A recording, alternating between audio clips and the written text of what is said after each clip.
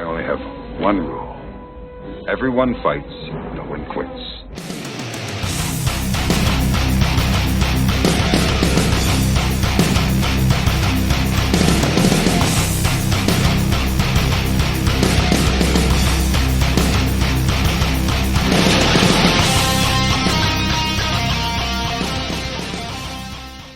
Welcome to WTC Squadcast, a podcast focusing on international matters, tournaments, communities, and the World Team Championship.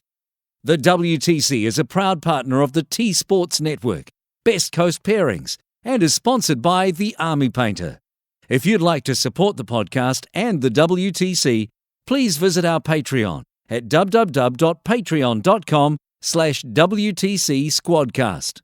Now, let's get on with the show. Hello everybody and welcome to another episode of the WTC Squadcast, Into the Squad. In this series we get a deeper insight into the specific teams of the WTC itself, how do they form their teams, how do their captaincy works, and how do they prepare for the event as well. Tonight we have Captain of Team Scotland, Ines, and welcome Ines. Hi Ishik, thank you very much for having me. It's a pleasure to be back. Thank you for coming on. You had been a repeat guest and also almost like host as well for the WTC Squadcast when we were more covering tournaments, but now it's just a talk show with the captains for the last few months. But that will change soon. So, tell us about yourself, please. Yeah, so I'm Ines Wilson. I've been playing 40k since I was about 12 years old, which is somehow more than half my life now. I've been playing 40k for 13 years. I mostly play in the UK scene, obviously, being Scottish. So I play a lot of events in Scotland. I run a lot of events in Scotland, and then I travel down to England and across the continent a little bit as well, which is helpful and fairly useful.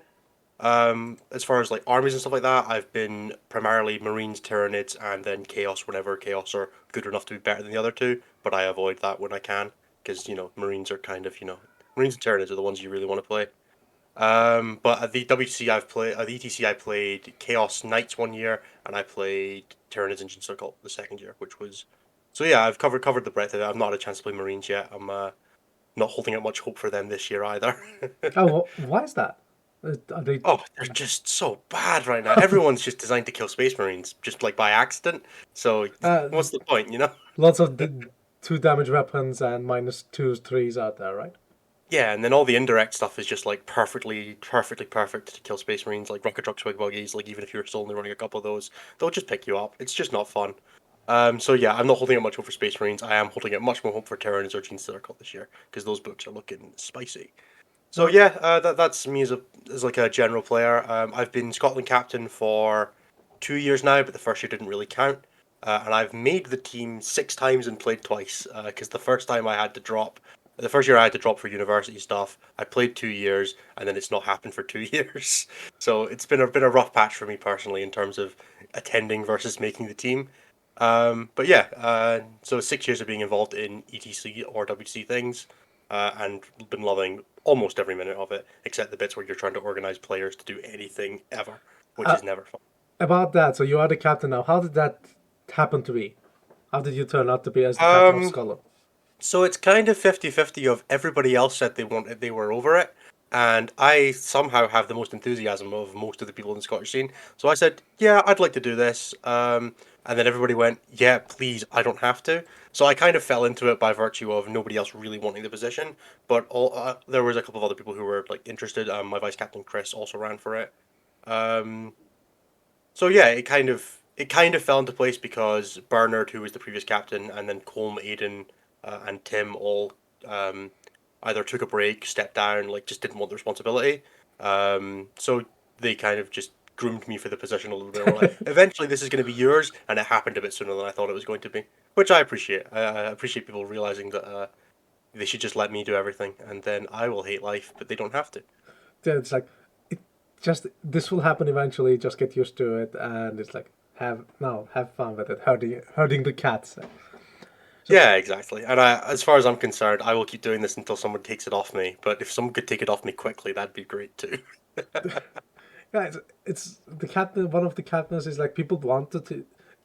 it's usually the people who want to take the captaincy have no idea about the responsibilities involved. So it's like it's it's so different. You have so much less authority in certain ways, but so much more authority in other Oh, ways, which is weird. so the thing that from being a captain, like you might think from the outside, is that you have all this authority to tell your players what to do, and you really don't, because this is a volunteer thing, right? Everybody's doing this because they want to and because it's fun. So you have the authority they give you, which is generally none. So what it ends up being is you asking players nicely to do everything, and hoping that they say yes. And so, like, not to flame my team at all, because my team have been super reasonable for the past few years, and I would like to hope as a player that I was fairly reasonable with doing what my captain asked.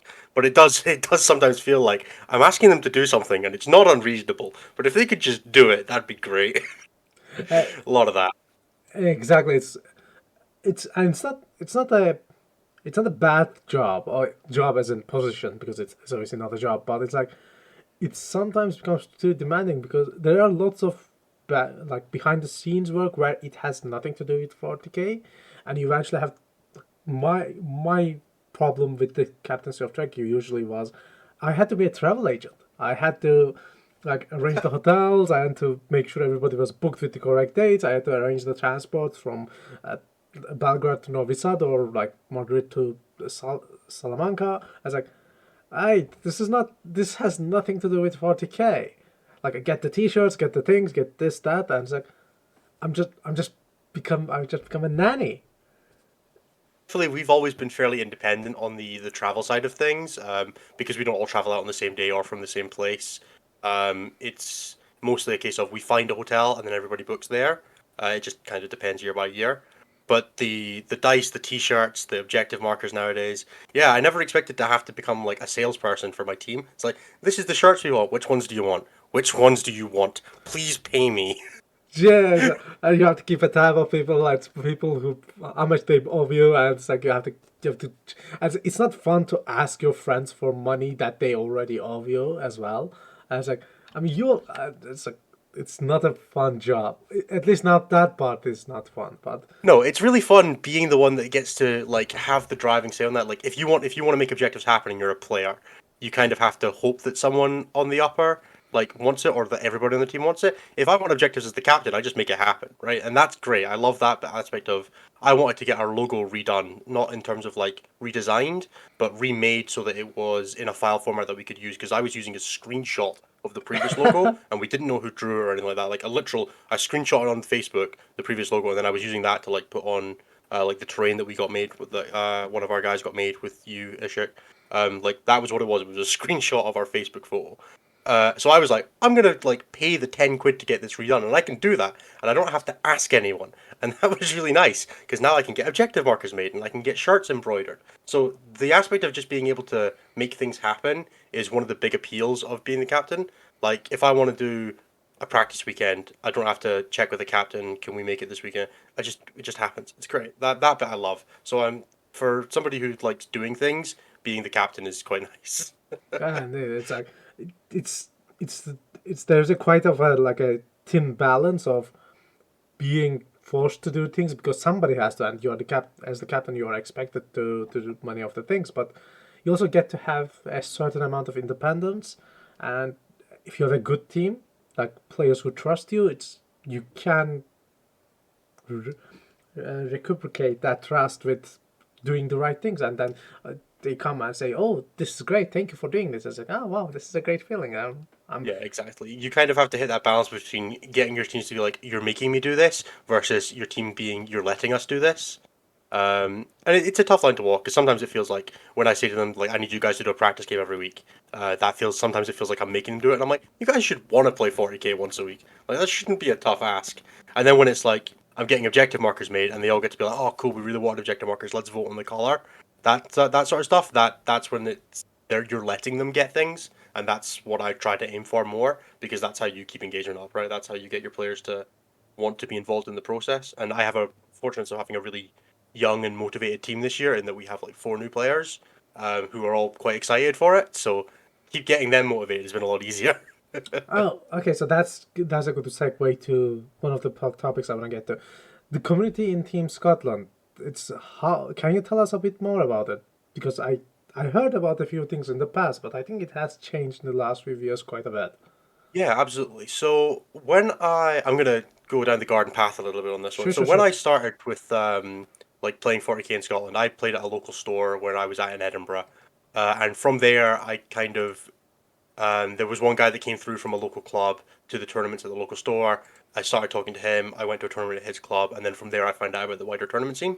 So for a long time, the tournament scene was for me something that I just didn't know existed.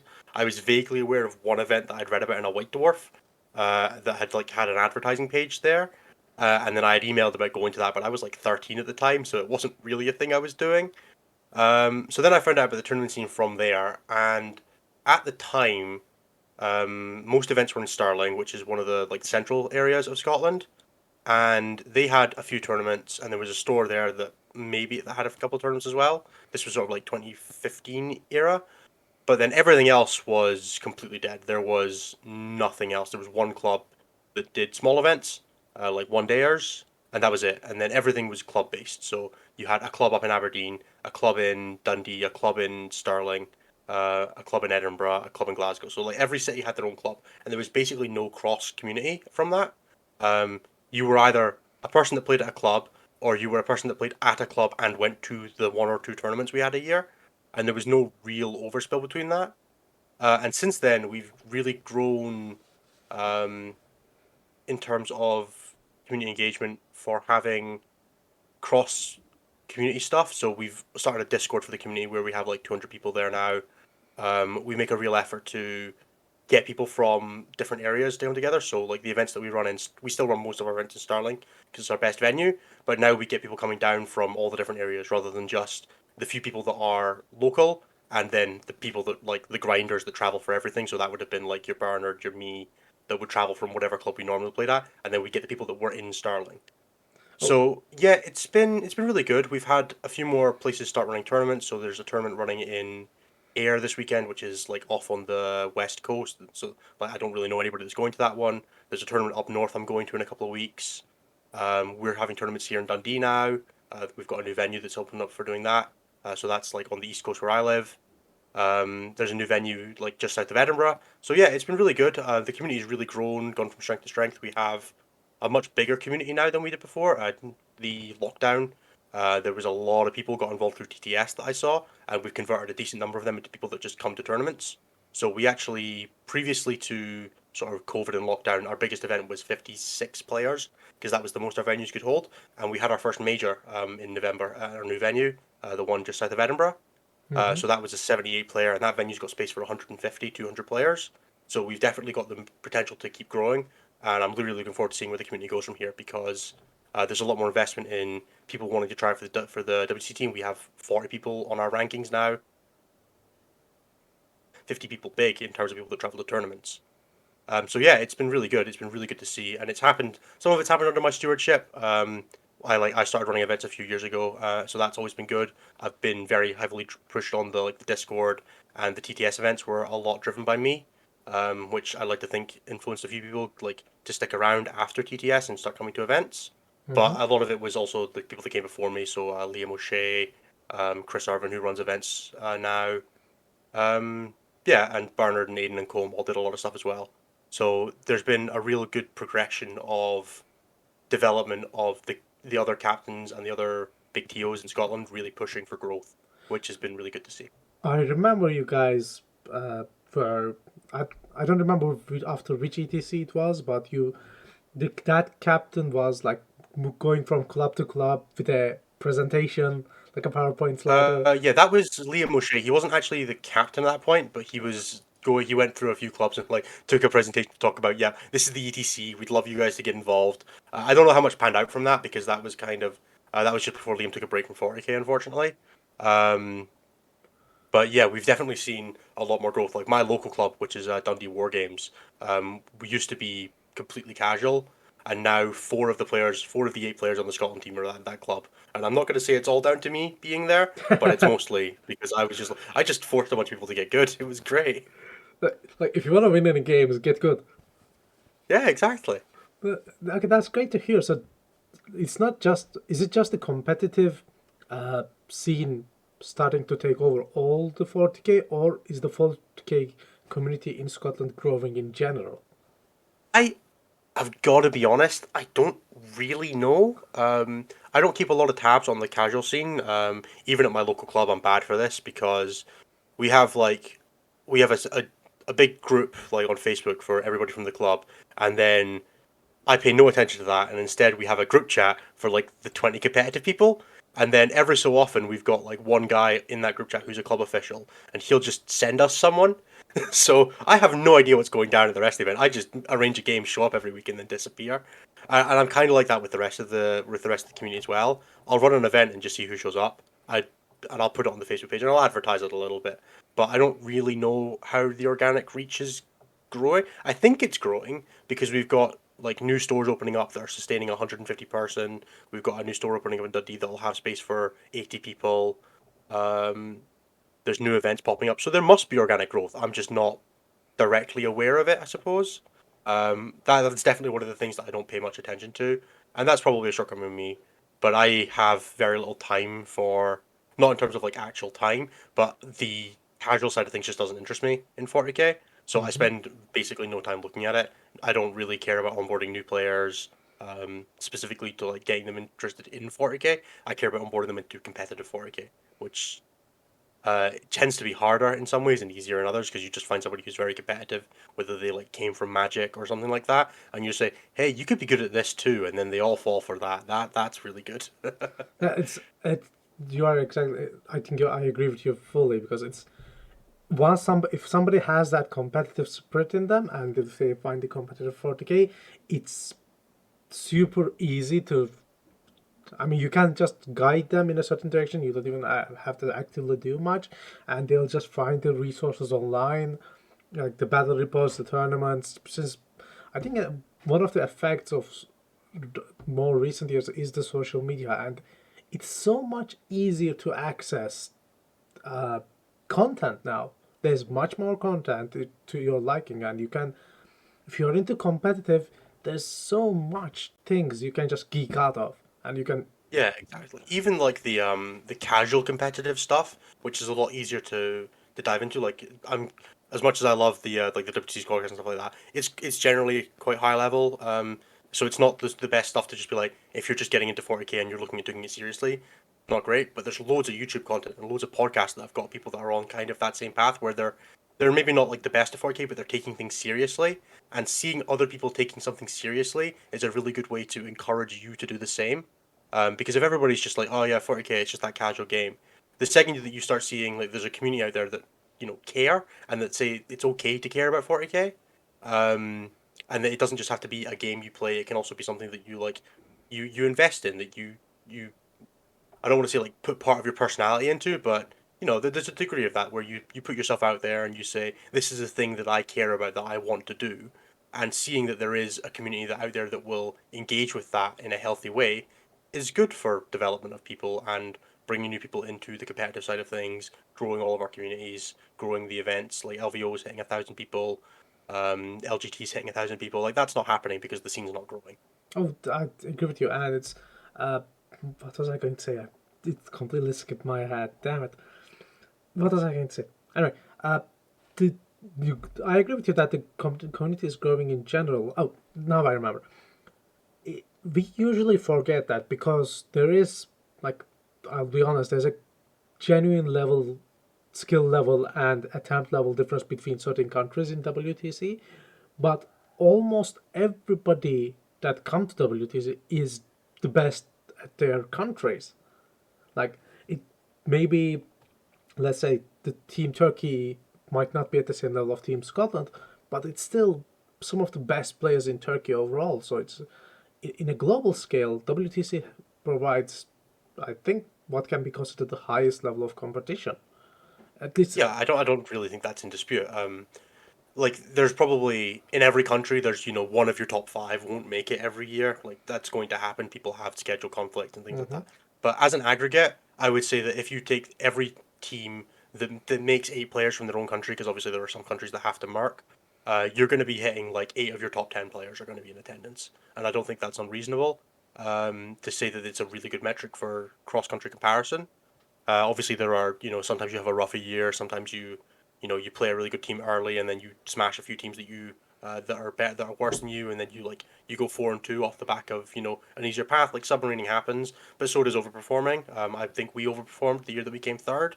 I think we underperformed the year we came 26th. Uh, I think the truth is somewhere in the middle for every team. about that, So that's yeah. Oh, sorry. no. Go, if you finish your sentence if you want, that's fine. So yeah, I think for every team, the truth is somewhere in the middle between your best and your worst performance. You shouldn't judge anybody by their highest and anybody by their lowest. I think the fact that Poland are very consistently, top three probably says more than like one year that they did slightly worse. Um, Yep. that's all I want to say. So yeah, I think the WC is the highest level of competition you can possibly get in 40K because it's just a more developed environment and there's more correction for one particularly strong player. Just to use a really crap example, but just because it works with the spirit of the times. Say Richard Siegler is the best player in the world. I'm not saying he is. I'm not saying he's not. But Richard's the best player in the world, and he smashes. But he loses game one because he plays against somebody who's quite good.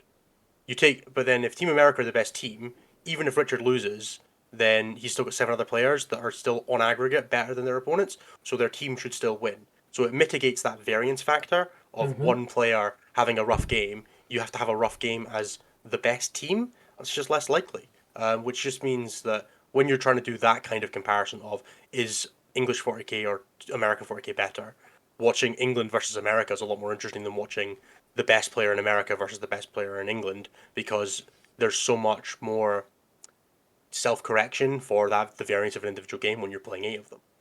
And you also have to consider that you might lose all your games in the WTC, but it actually doesn't have to reflect your skill level because of your list, you might have to take the matchups that you will lose on purpose. Yeah, And exactly. it's like, okay, I'll be the. This is obviously a past example, but it was Tau, right? Always first defender in every team. Yeah, it was Tau until 2019 when it was everyone had that Castle and Robot, that cat from Breacher's list. Yeah, It was just like, we're going to deploy on the table that has 2 forests and a ruin, and we're going to see what happens, and it was never good. somebody's going to lose. It's either the breacher list almost immediately. It's like, or you're going to win 200-0. There's like no in between. It's but about the inconsistencies of the performance. Like you said, in some years you do bad, in some years you do good. Scotland did excellent in 2018. You guys not just got third, but also won best painted. So it was like a double success that year. Yeah, it was a really good year. I'm not gonna deny that. What we had, I'm assuming what you're asking is what happened that year and then what happened the year after. I was going to eventually come to that. Yeah. Because the year after we came 26th, we went 2-4 after we went 4-1-1. Um, so the broad strokes that I think happened because I was on the vice captaincy for the 2018 year and I wasn't involved in the captaincy the year after. And I'm not saying that that's what happened, but it is what happened. Uh, the year that we did really well, we were all super motivated. For a lot of us, it was our first year. We put in a lot of work practicing. We really developed our lists. Except my list, which was a super last minute swap because I was playing the Tesseract Vault list, which just died because it couldn't stand up to the new Knights book. So I hard swapped to the new Chaos Knights list, and I just wasn't as good with it as I should have, and that was I underperformed that year compared to where I think I should have done. Um, but what ended up happening that year was we had a team that was motivated, a team that was very practiced on almost all of their lists, and lists that were generally pretty good. But also a couple that were like slightly other. Like we took all 3 of Mono Harlequins, Mono Drakari, and Mono Eldar in a year where a lot of people were taking like Drakari and Harlequins. We were just like, well, Drakari can do their own thing. Harlequins will. So that we had a little bit of meta innovation there. We were onto the Raven Castellan before a lot of people were, which obviously helps a lot. So there was that degree of we had good meta awareness. We wrote lists that worked for us, and then Bernard paired us really well that year. We had with 1 or 2 like round exceptions, like I ran against Russia. We had a couple of pairings mistakes, but we still pulled off the tie there, or like pairings like misassignments. So broadly, like we outpaired England. I think we outpaired Poland. So it was just a really good confluence of factors of having a highly motivated team, on a list that we were practiced on, and then Bernard just nailing it on the day with pairings. And that gave us, so we lost to Denmark that year, which I don't think anybody was surprised at. They came second. And we drew Russia, and then we beat Canada, Belgium, England, and Poland that year. Which, I mean, as far as a path to third, will take it. I have the records in front of me, and I'm waiting for you to make a mistake so I can like look smart. But no, you got it everything correct. It's 100% on point. I was vice captain that year, man. I was paying a lot of attention. But like, yeah, against Belgium, against Denmark, we just got absolutely clapped. It was hilarious how bad that round was. We had some pairings that we thought were like flip pairings. They just had better reads on them we did. But other than that, it was just a really, really good confluence of factors. That was when we had like Neil Powell at his most motivated, and unfortunately he had to step down the next year. But Neil was like really, really driven that year to hit like the podium spot because he was having a kid and he wasn't sure he was going to be able to make it back. And we had a lot of people like that they were all really, really together. It was the last year we really had Blackie on point. So when you've got players like Neil Powell, Blackie, Bernard that are all on form, and then we had me and Aiden as relatively newcomers that were really motivated. We just gelled that year really well. And then the year after, we had lost Neil, but we had lost Neil like a week before the event. Yeah, it was all And last then, minute. I think it was a cacophony of disasters you had that year. The hilarious story for this one is that we thought Neil was meant to be playing, and Neil was playing a guard and custodes list. And Neil basically sent us a message on the Tuesday. I don't think I'm going to make it out. So we started practicing with our coach Simon, who's now playing for the team. Fantastic player, probably the best or second best player in Scotland right now. So I'm glad he's got some experience early. So he started practicing with us, and then we're getting texts from Neil like on the Thursday, like I'm looking at flights to Serbia via Athens. Should I come out? And we're like, Neil, please just stop. Please stop doing this to yourself. Because he was like looking at like, what if I fly to Athens at 2 a.m. and I can get to Serbia just in time for round one. I'll get like 30 minutes. To get prep. Like, Neil, don't do this to yourself, man. Like, you're not going to be useful if you do that to yourself. But that's so we had a few things like that. That shows dedication, right? It's like he wants. Yeah, no, it shows that Neil was like very disappointed that he couldn't make it out, and I'm not. Obviously, I don't want this to sound like I'm slagging Neil off. I just think that's a funny story that he was looking to flights to Serbia via Athens at 2 a.m. Like, it was the right decision for Neil, and I'm glad he made the decision that was right for him because real life far more important than 40k. I don't want to put that past anybody. But we had also had another drop that year, and then we were just less motivated. For a few people on the team, it was kind of we expected to do about as well as we did last year, and then we didn't put the work in. We played at Home Nations, and we kind of got rolled, but we got rolled by Denmark and England again, and it wasn't close. Whereas like we'd had a good showing against England the last year, and then we just got smashed by them.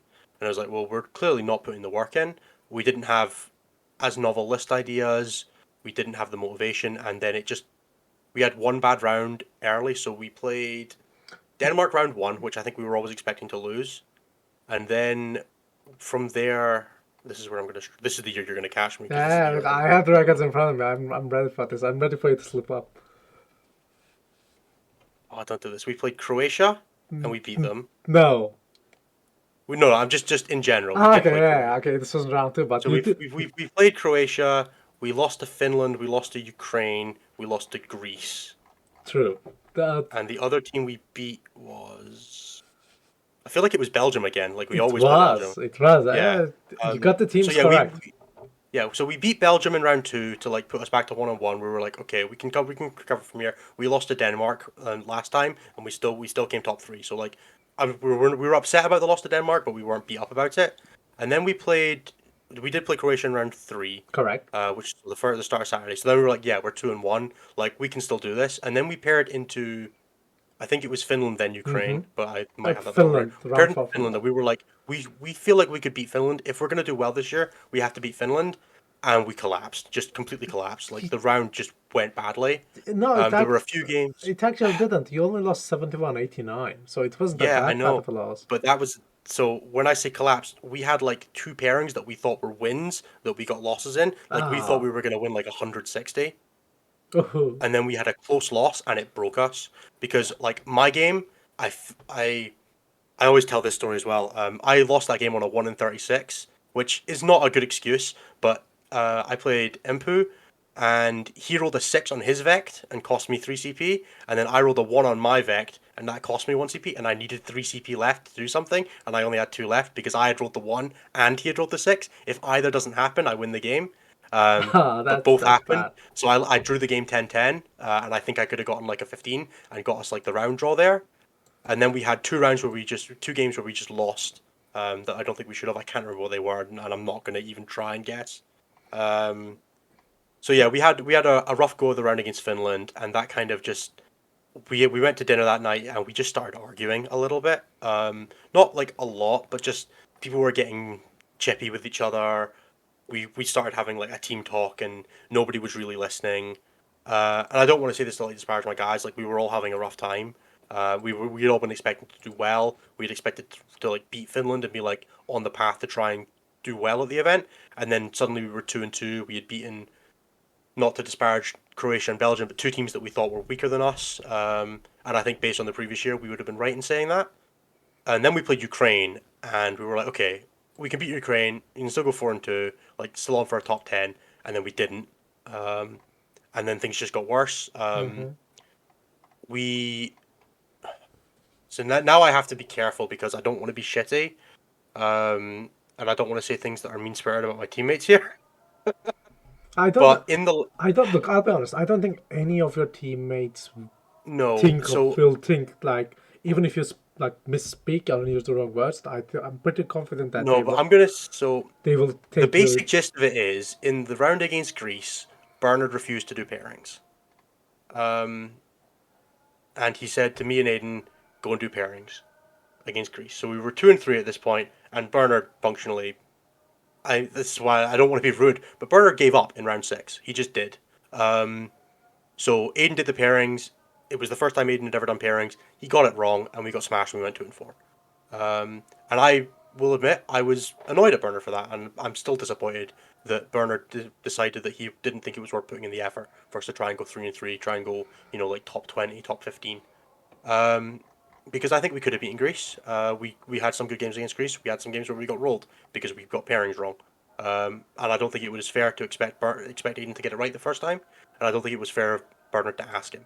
And that's what I mean. I don't want to be shitty about it because I understand the pressure that Bernard was under, how disappointed he was in some of what had happened previously. We had a falling out with some players. But yeah, it was a sour note to end the 2019 ETC on, and obviously with that being the last ETC, that's how ETC ends for us. Was on us having a rough go of it as people as well as on the tabletop. So I've been like really trying to do better than that this time. Hmm. I'm not gonna. I say this now, hand on heart.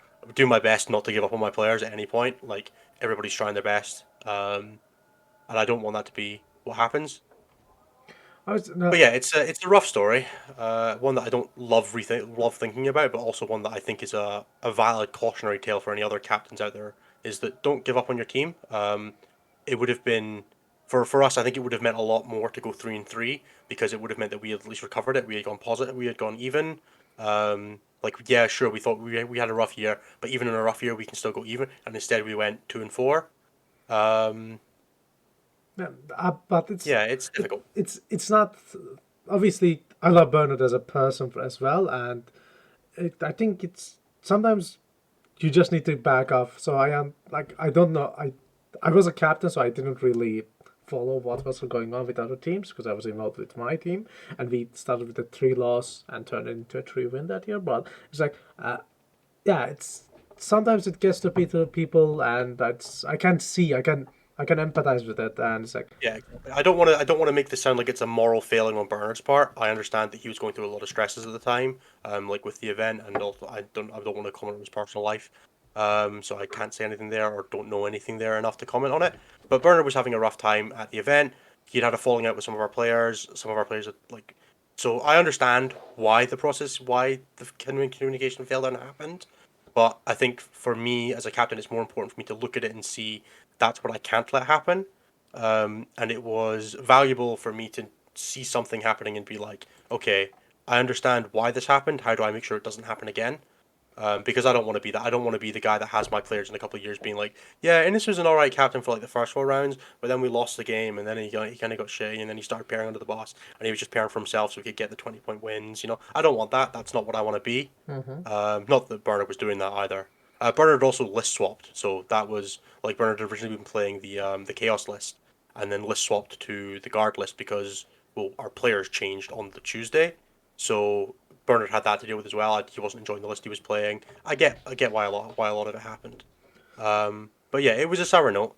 But we get a fresh start now. We've got WTC to look forward to, and broadly the team isn't burdened with that because we're not the same team Scotland. We have 3 returning players from that roster in from previous rosters, in myself, Ricky, and Duncan, and then Simon, who was our coach that stepped in last minute, and then 4 new players.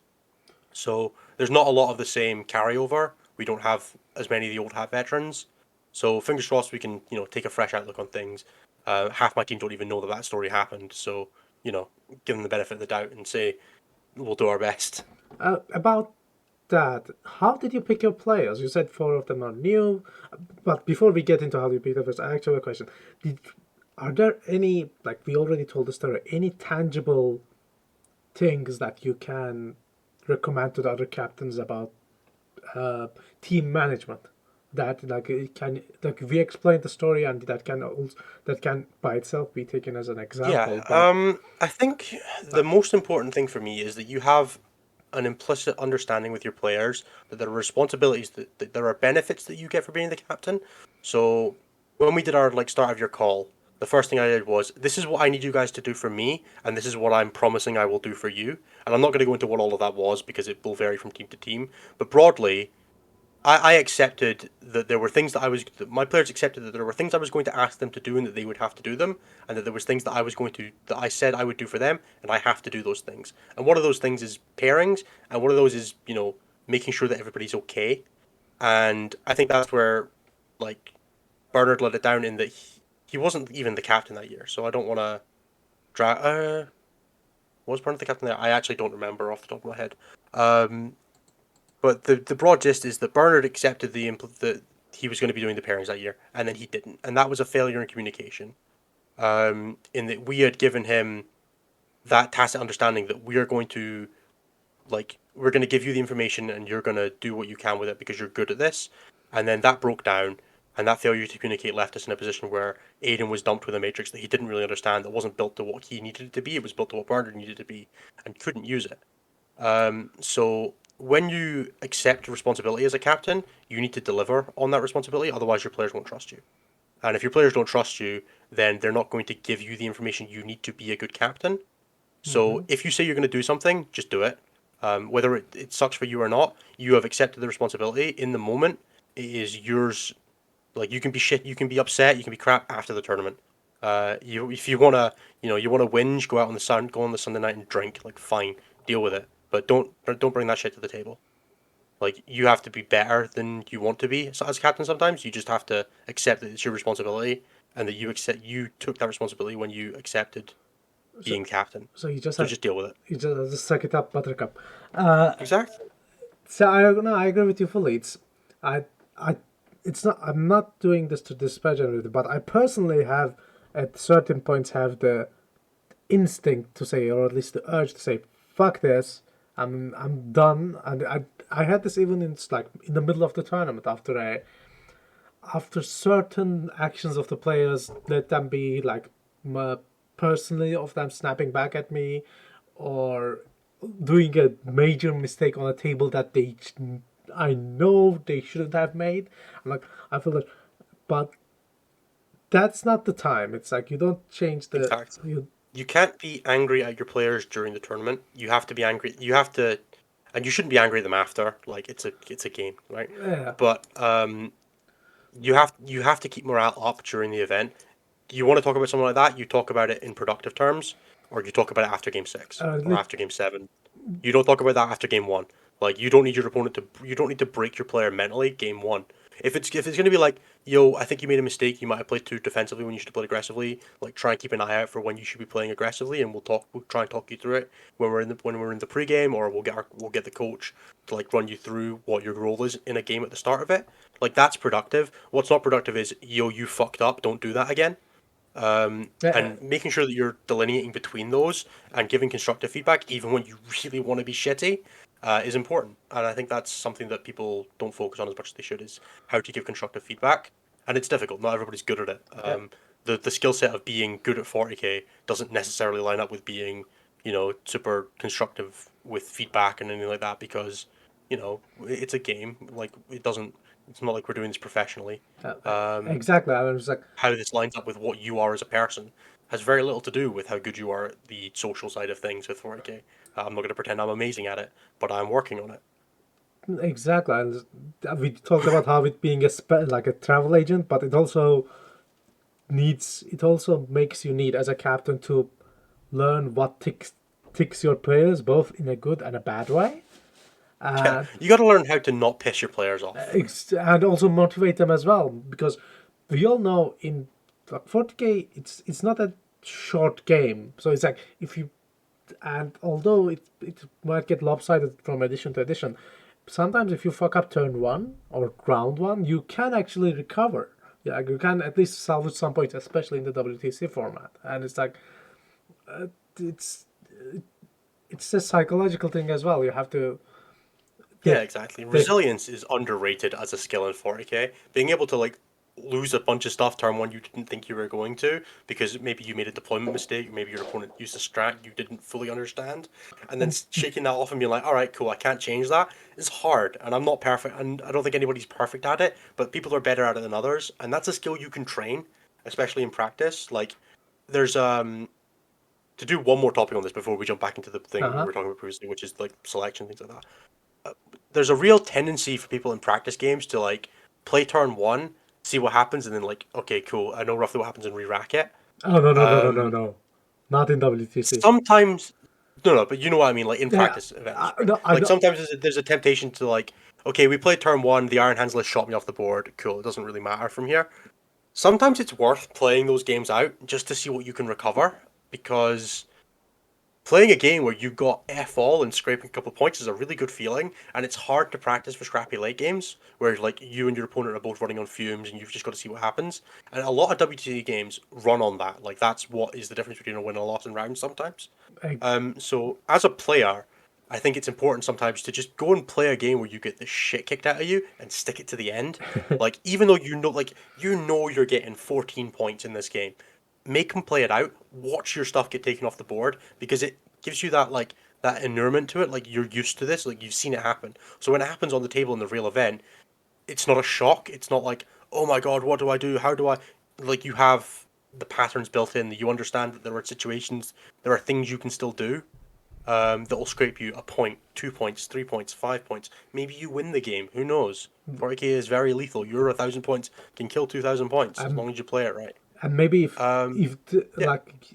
maybe you don't get maybe it's a match you're supposed to win 20-0, but you make a mistake and you only win by 15-5, but if you could still recover to that 15-5 instead of losing that game, it's Yeah, exactly. Maybe it's a game you're meant to win 12-8, and your opponent went first, and you got put on the you got put on the wrong board, and you misdeployed a unit, and it dies, and it was a linchpin to your strategy. It's like the biggest thing that gives you the 12-8, and now you're gonna lose. Don't lose 20-0, or go and lose 15-5. Fine, who cares? It's a 7 point swing. It's the same as going from winning 20 to winning 13. Like nobody complains at that. you are like it's a 8 versus 8. A few of your players are supposed to lose. It's a very rare occasion where eight, eight, 8 out of 8 players win, and the players who are going to lose, if they do just a bit well, and if like all the players who are supposed to lose just does a bit well, and the players who are supposed to win don't make the mistakes, that's how you win the round. That's how you win WTC. There's also this. There's also to completely sidetrack. There's a real thing with the WTC where we were talking about this earlier, where you're 8 of the best players in your country. You're probably not used to losing that much. That is Like true. That is actually I'm a gonna very good like I'll point. be honest. As far as like my personal win rate, I don't lose many games. Neither do most of my teammates. Like there are some of them that lose more than others because we brought them on to play a specific faction or to be defender players. Like yeah, sure, but you take Team England. they've probably got like an 80% win rate combined over tournaments because you're playing against random chumps half the time, and then you go to WC and no, you're not. Like, you're gonna lose games. You might lose multiple games at a tournament where you normally lose one at most, and You now you're going 3-3 or 4-2, like that. If you're not used to losing games, then it's got that chance of just breaking your mental. If you're a player that runs on like being streaky, like you get in the zone and then you win a game and you win another game and you keep going off that momentum, and then that momentum breaks because you lose a game and then you don't have the headspace to recover from the round win, even if your team wins the round, or that gets doubled down with a round loss and you can't keep it going. If you're driven by that momentum, by that that bit of your ego that says, yeah, I'm really good, let's go and prove it. Um, that hurts sometimes. So make sure you're getting those losing game practices. Like a practice game where you lose a game and it stings a little bit might do you some good in the long term. Go and play that game where the 18 Hive Guard go first against you. I promise it's good for you. Yeah, eat your vegetables. it's like it is very possible that we just like we mentioned Richard Siegler earlier in this episode, and it's like Sean Nathan might give Richard Siegler a certain list that will probably have Richard lose 4 or 5 out of his 7 matches, and that's your. If he's not ready for it as a person, I'm not talking about. I don't really know him, so it's not a dig or anything. But he needs to be. Every player needs to be ready for that eventuality. You'll take a list, and you are taking that list to lose the game. That's not an easy sell as a captain to a player. I'm like, Yeah, exactly. I've been winding up Anthony Vanilla. I've just launched a podcast with him as well, so I'm allowed to do this. So Anthony Vanilla is the guy who's been playing like the thick-sided Dracarys in the US. And when he announced he was on the US team, I just sent him a meme that was Anthony Vanilla when he gets announced for Team America, like the happy face, and then Anthony Vanilla when he gets told he's playing 200 Plague Bearers, and it's not the happy face. So that's gonna happen to one of you guys. Like you're gonna put eight superstars on the team. One of you's got to be the at bench. least one of you. It's usually two. I was like, oh well. So that's always interesting, and that's one of the cracks that can happen in a team. It's like you go there, you are this all-star team. I'm not talking about that just America. It's all the countries. You go there as the all-star team of your country. It's one of your 8 player who always win any of the tournaments, but it's just that then you get smacked by some random country you haven't even heard of. Yeah, exactly. Look, man, you got to go and play the best player in the Czech Republic. You've never heard of him. He's better than you. Like, it happens. It does. And it sucks. Yeah, there's like a French team who, and the guy doesn't even speak English. He's just pointing to the model and pointing it and Points at his codex. It's in French. You can't read it. showing you the stratagem with a card. It's like you're trying to understand it. But It's like, remove models, please. he's running circles around you, and you just don't know what's going on. To be fair, though, that's the worst thing about having a Scottish accent, is that you're playing the people that understand English, but they understand it English spoken properly, and then you're speaking to them, and no, they don't. Okay, so yeah, you have to be prepared for many eventualities, and it's like sometimes you do very well. Like I think for Turkey had done, I think we did better than our fair share. I'll be honest, but sometimes you do worse, and there are many good countries with many good players who come a bit not unprepared but misprepared is the better way. It's like they Yeah, exactly. they prepare. You've got a wrong meta read, or you've not fundamentally understood a matchup that you think is positive for your list, and it's actually not. Or maybe You've not played enough on the terrain. they make 8 single player tournament list instead of 8 the WTC list, which does happen quite a bit with certain Yeah, teams. exactly. About the teams. So this was a fun segue. I'm happy to have this. How did you pick your team? You mentioned that I think you already picked your 8 players. Yeah, we picked our team in October. So Wow. we like to be prepared very early because drops happen, and we like to know in advance. So yeah, this year we did a slightly different process because I'll go through how we do it in a normal year, and then I'll go through the specifics that we made to adapt for like the last year not having any tournaments.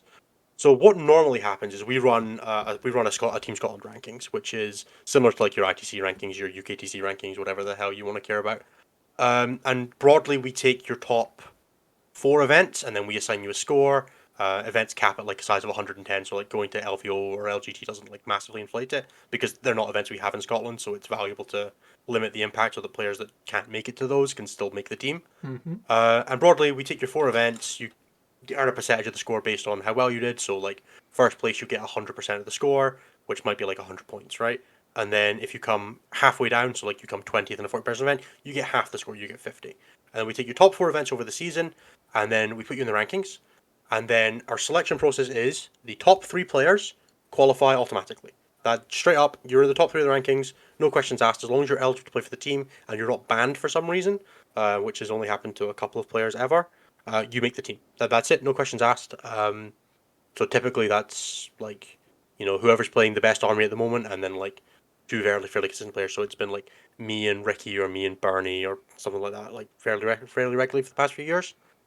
Then those 3 players, with no input from anybody else, pick the next 2, who have to be from the top 10 of the rankings.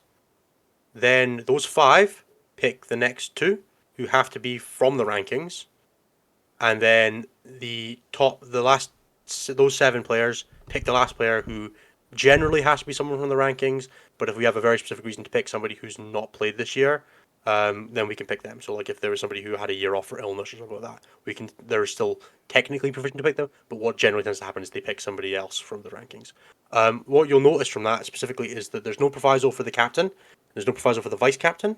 The only rule we have on that is if you are the captain or the vice captain, in order, you get first refusal for coach if you want it. That's it. So yeah, I have to make the team the same as everybody else. Is the general gist of that. I have a question about that. How do you? You mentioned the top 3 is picked automatically. What if they share a faction then? Obviously, you have to think about the factions the players play Yeah. as well. So broad strokes on that is we deal with it. Generally, there is never anybody who only plays one faction. We've never had that issue. We've had players that are like playing the same faction before. Like we've had 2 Space Marine players before, but in past years that's been fairly reasonable because you just put one of them on Death Watch or something like that when the Codex are split. The people who are making the top 3 are generally people who've been associated with the team in the past. It's very rare that someone who isn't makes it. So it's generally an easy conversation. We also like you have to accept the spot. So like you might get told, like you might make the team and then get told yes, but you won't be playing that faction, and they might turn it down. They never have, but they could. But yeah, it's a thing we deal with on a case by case basis. It hasn't caused problems before. Touch wood. Generally, the community is fairly like there's nobody that I would think of that has a chance of hitting the top 5 that doesn't play more than one army. I've never seen it happen. But yeah, if it did happen, it's a thing we would deal with because the captain and the vice captain would still be involved even if they weren't selected. So there's still that measure of control there. Okay, so you mentioned that things were different this year than what would be the Yeah, default. so obviously we didn't have any tournaments. So Sure. Scotland up to the selection we had 1 tournament that had run, and then like 2, during like the brief window we were open in September, and then like last September, so in 9th edition, and then we had 3 tournaments run in Scotland after that. So we didn't exactly have enough data to go off of. So what we did this year was myself and Chris Mills, my vice captain, just picked the team. In principle, but what we actually did was we picked 2 players, and then as the 4 of us, then we picked 2 more, and then 2 more, and then 1 more. So we still involved the community a lot throughout the way. And what actually ended up happening was we picked the top 6 from the rankings, and then 2 people who had captained us for another team event, because we took 3 6-man teams down to an event in England, and we took the 2 captains from that, and the top 6 from the rankings was what actually ended up getting selected.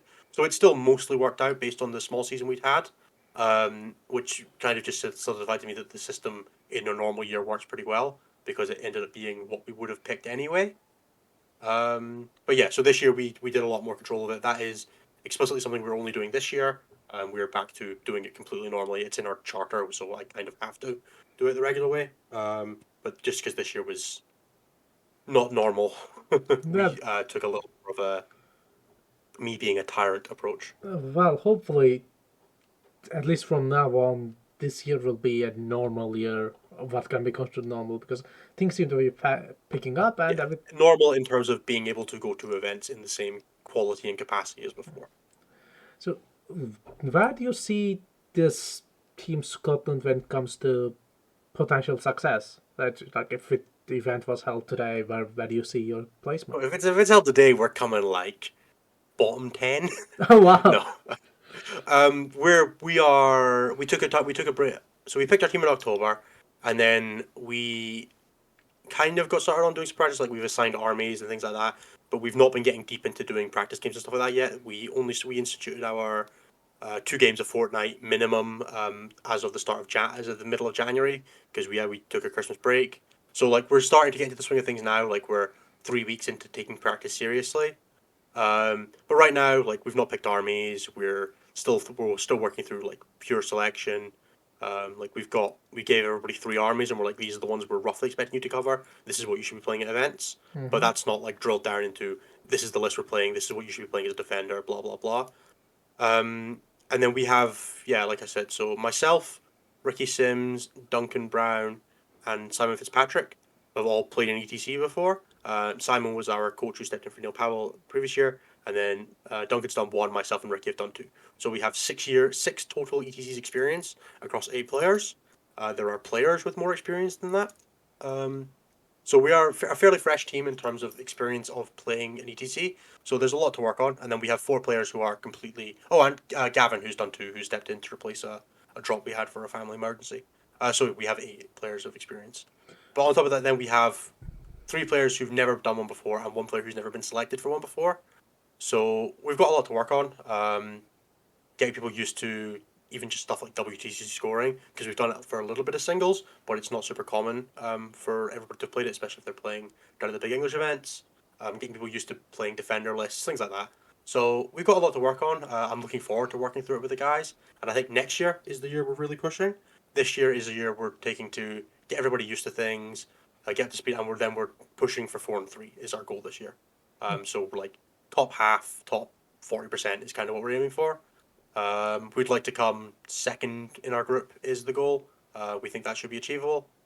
That's a very But yeah, humble. we're not aiming super high. That's Like quite a humble aim. we're keeping our reasonable expectations. Yeah, I mean that's all reasonable aiming, and it's to be honest, like with the other captains I talked to, they had a bit. I would say they would be a bit pompous. It's reasonable. It's reasonable to be optimistic, right? You want to believe that you've picked the best team of 8, and that you really think you can push for it. Especially if you're a team that's got experience.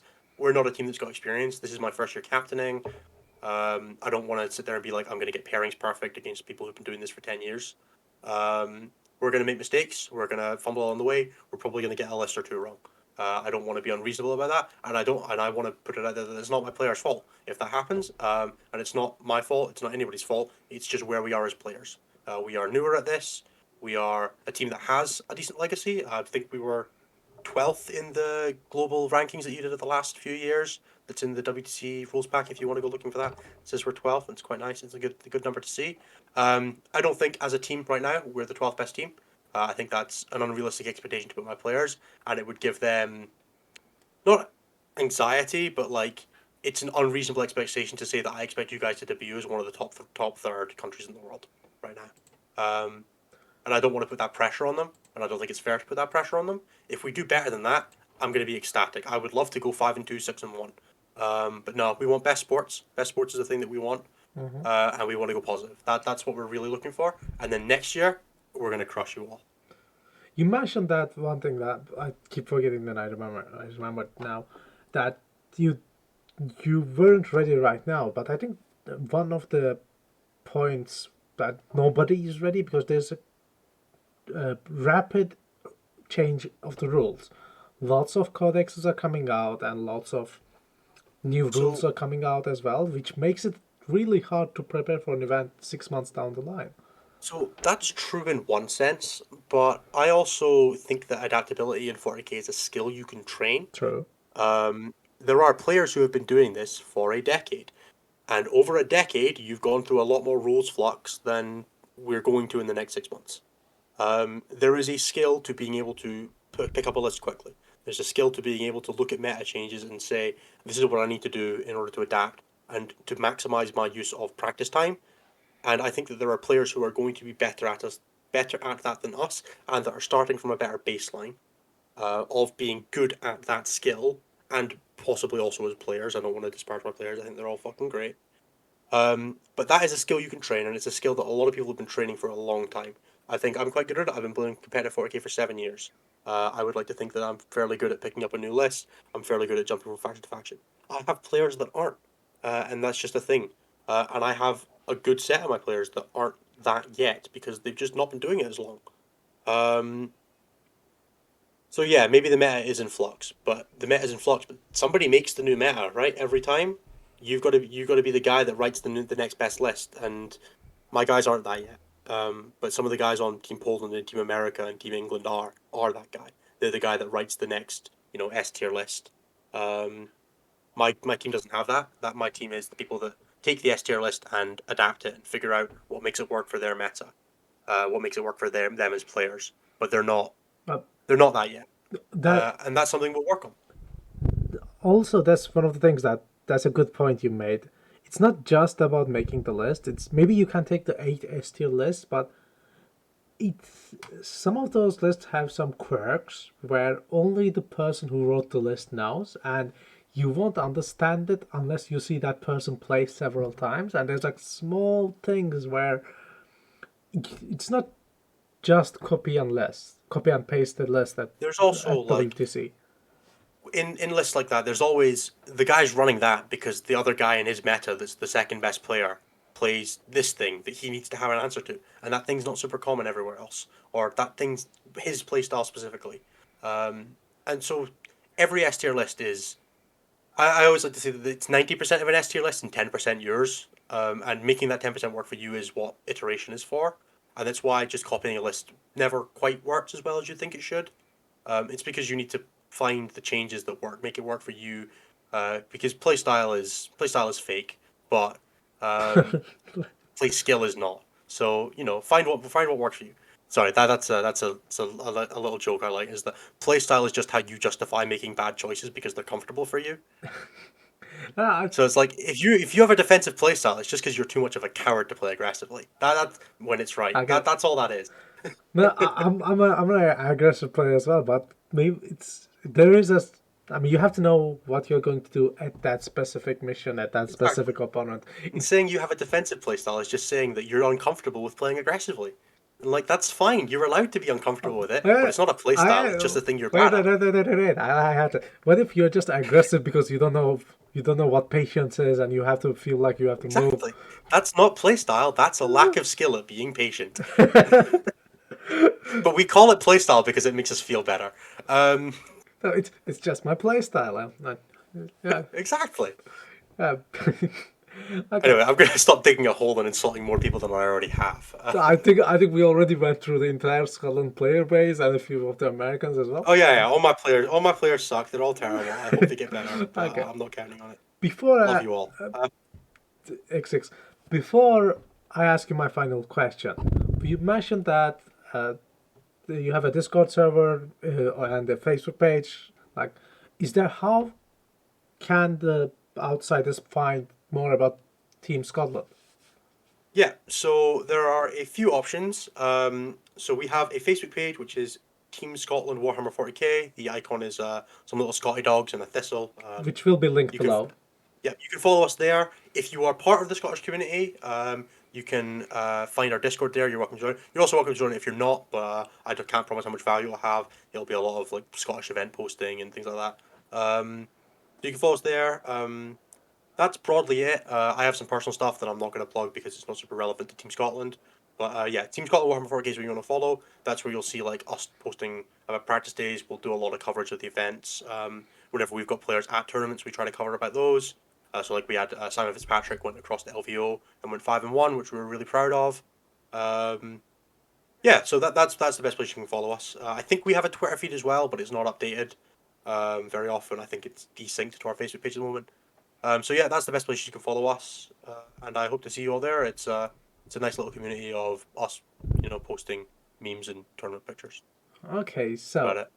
that's And good if to you are know. Scottish, get in touch, please. We would love to hear from you if you want to get involved in coming to events and practice days and things like that. Yeah, you can find Team Scotland in the link below and just send them a message and they'll respond, I bet. So, for my final question, can you describe me your ideal WTC? Ooh. I'm So not. the best one that I've done was I've been to three. I came to one to coach. I was in Salamanca coaching, and then I did the last Serbia and Zagreb. And Zagreb was probably the best in terms of like the event because it was really well located. It was like next to like a supermarket and a bunch of other stuff. So you could go across and grab lunch at a few different places. There was the big shopping mall as well. So there was like 18 places to grab lunch, which was great. The event itself, it was really cool. Like the temperature control was great. So I think Zagreb is the best one I've done in terms of like the actual event side of things. And obviously we did really well there as well. So for me, yeah, that's why I like central location, decent temperature control. The boards and terrain, like it's all standardized now, so I would assume that it's going to be fairly consistent across any. So it's all it's location, location, location now, right? Easy to fly to, easy to get to the venue, decent hotels, good nightlife, good food, and like we're doing Mechlin, right? It's the middle of a city. We're gonna be great. I'm Yeah, really looking forward to it. we are. We, I don't want to be too fussy with this stuff because I realize the requirements of running a WTC are huge. So you take what you can get in terms of like location. If it works, it works. But yeah, of the three, Zagreb would be the one I would most like to replicate. well, I think that's the fairest way to say it. okay, that's some good info because this is almost like a let's say market research as well Market as research, yeah, I got that bit.